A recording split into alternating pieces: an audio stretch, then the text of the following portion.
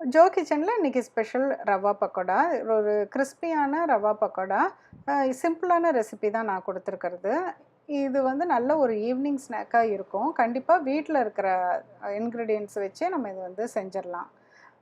இது வந்து ஒரு செய்யறதுக்கு நம்ம ஒரு கப்பு ரவா, ஒரு 200 to 250 ml அந்த கப்பில் வந்து எடுத்துக்கலாம். ஒரு டீஸ்பூன் பேக்கிங் சோடா, அப்புறம் கொஞ்சம் சால்ட் தேவையான அளவு, பச்சை மிளகாய் வந்து நல்லா பொடியாக நறுக்கி போட்டுக்கணும்.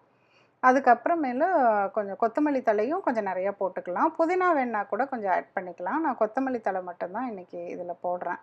அதுக்கப்புறம் நம்ம கொஞ்சம் பெருங்காயத்தூள் ஒரு பிஞ்ச் பொடியாக நல்லா பொடியாகவே நறுக்கிக்கணும். பொடியாக நறுக்குனா ஆனியன் அதையும் வந்து இதோட ஆட் பண்ணிவிட்டு, இது எல்லாமே ஒவ்வொன்றையும் போடுறப்ப நல்லா ஒரு நல்ல ஒரு மிக்ஸ் கொடுக்கணும். மிக்ஸ் பண்ணிவிட்டு நம்ம போடுறப்ப கரெக்டாக மிக்ஸ் ஆகும். அதுக்கப்புறம் ஒரு 1/2 கப்பு வந்து தயிர்.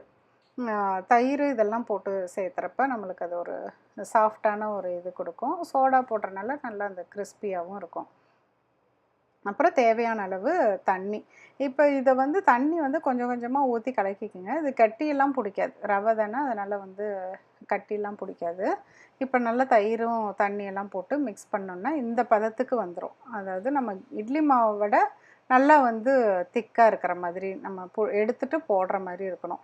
இப்போது வந்து இது ஒரு கொஞ்சம் ரொம்ப டீப் ஃப்ரை இல்லை, கொஞ்சம் ஒரு ஷாலோ ஃப்ரை மாதிரி தான். இந்த மாதிரி பேனில் வச்சுட்டே வந்து நம்ம போட்டுக்கலாம். இந்த அளவுக்கு டீப் பேன் இருந்தால் போதும். இப்போ ஒரு சின்ன சின்ன ஒரு ஸ்பூன் சைஸுக்கு கையிலேயே எடுத்து போட்டுக்கலாம், இல்லை ஸ்பூன்லேயும் கூட எடுத்து போடலாம். போட்டுட்டு நம்ம ரொம்ப எண்ணெயும் வந்து இது உரியறதில்ல. இப்படி போட்டுட்டு கொஞ்சம் திருப்பி விட்டுட்டோம் அப்படின்னு சொன்னால் நல்லா ஒரு கோல்டன் ப்ரௌன் வரைக்கும் இந்த மாதிரி எடுத்தால் போதும். கண்டிப்பாக வந்து இதை செஞ்சு பாருங்கள்.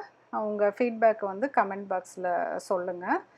Please like and subscribe my channel. ஃப்ரெண்ட்ஸோட ஷேர் பண்ணுங்கள்.